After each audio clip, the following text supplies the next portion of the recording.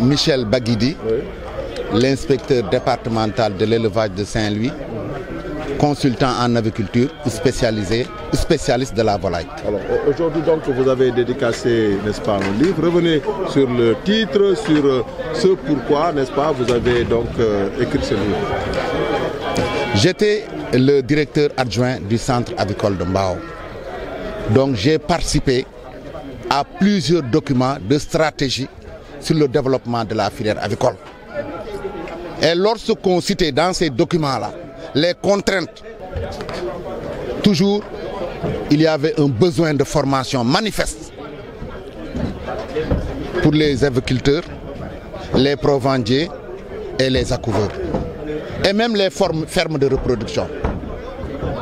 Donc j'ai toujours pensé écrire sur les besoins de formation des aviculteurs au Sénégal.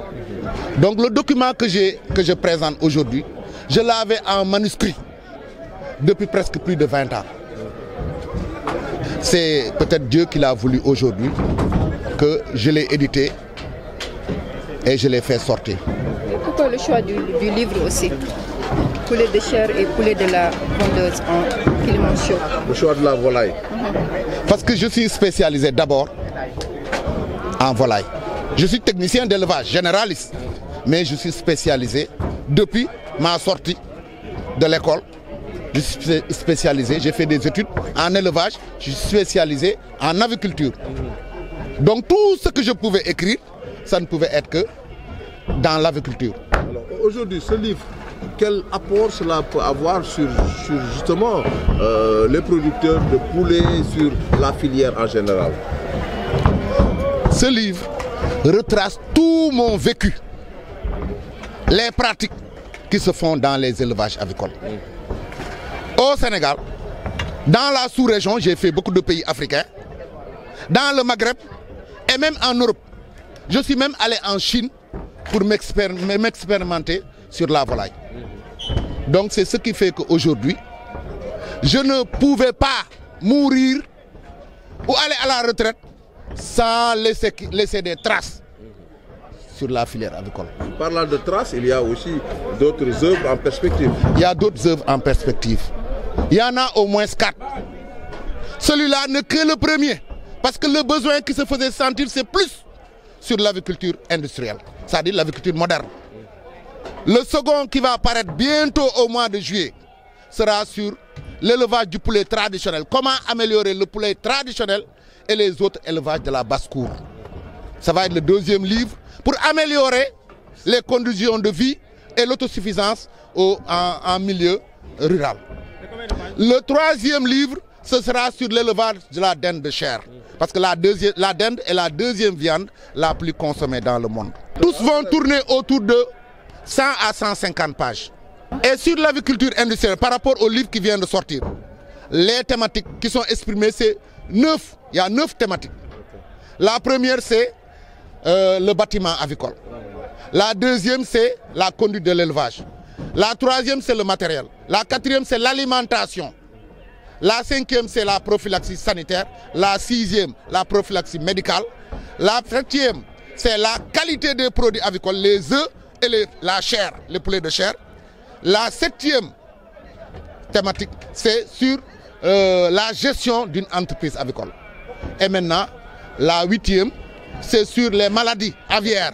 Et une neuvième thématique sur la biosécurité en élevage. Le dernier livre va parler sur l'histoire de l'aviculture au Sénégal, qui est une demande de mes doyens, les docteurs vétérinaires et les ingénieurs qui m'ont précédé dans la filière avicole. Maintenant, si Olof, man mangi tudd Michel Baguidi, mangi juddoo Mbour, sama sant bi nag ñu bari dañoo yaakaar ne dëkkuma fi waaye sénégalais 100% la fii laa jànge fii laa defee lépp sama cursus yëpp fii laa ko defee.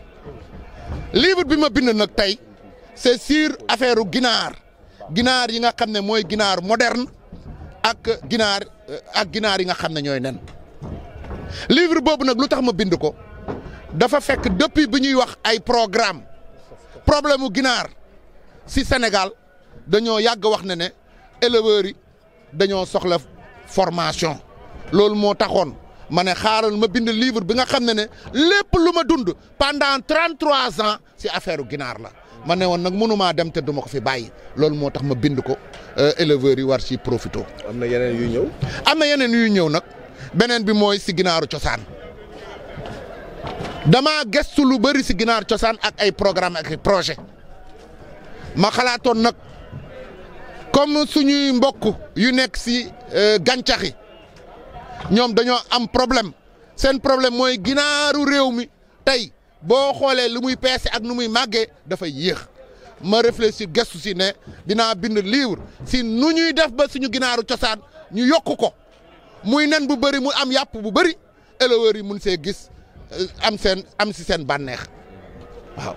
troisième livre bi mooy si élevage yu copine dafa nekk xeetu maanaam picc buy naaw bu nga xam ne moom mooy ñaareelu yàpp bu ñuy lekk si àdduna bi loolu moo taxoon te ma amoon ci expérience bu baax parce que copine yi ñuy defar présidence yi ñuy defar ci feetu Noël yi man maa ko doon defar centre avicole de Mbao pendant 17 ans samay collègues docteur nag ne ma comme am nga si xam-xam surtout copine bi nga xam ne mooy dund ci tàngaay bi nekk copine moderne dañoo bëggoon nga bind sa xam-xam bàyyi ko fi loolu moo tax ma bind livre boobu ci copine.